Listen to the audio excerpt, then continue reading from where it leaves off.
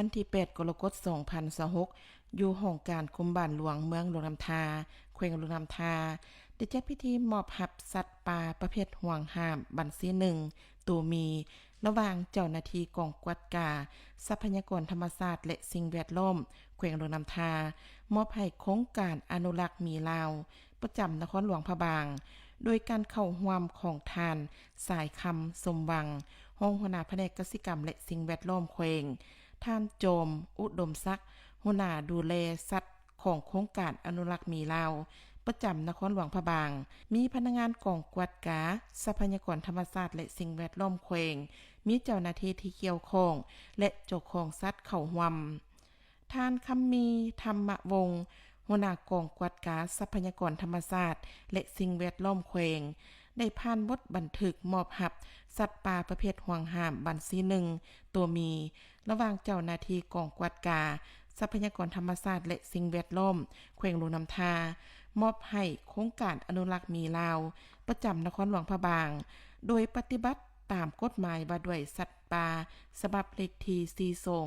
โสโพโซลงวันที่17กรกฎาคม2023อิงตามคำสั่งเลขที่05/นยว่าด้วยการเพิ่มทวีความเข้มงวดในการคุ้มครองและกวดกาสัตว์ป่าและพืชป่าประเภทห่วงห้ามและอิงตามบทบันทึกกองกวดกาอยู่ภาคสนามในครั้งวันที่3กรกฎาคม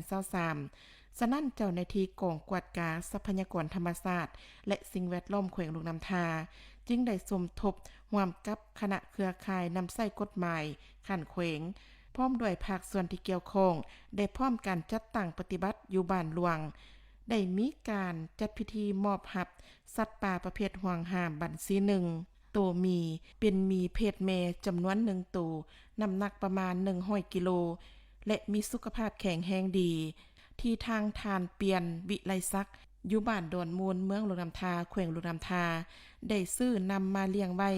หรือมีไว้ครอบครอง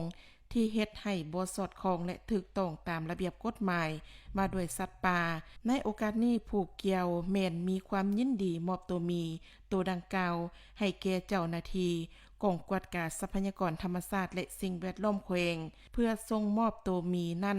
ให้ทางโครงการอนุรักษ์หมีลาวประจำนครหลวงพะบางเพื่อนำไปบำบัดปิ่นปัว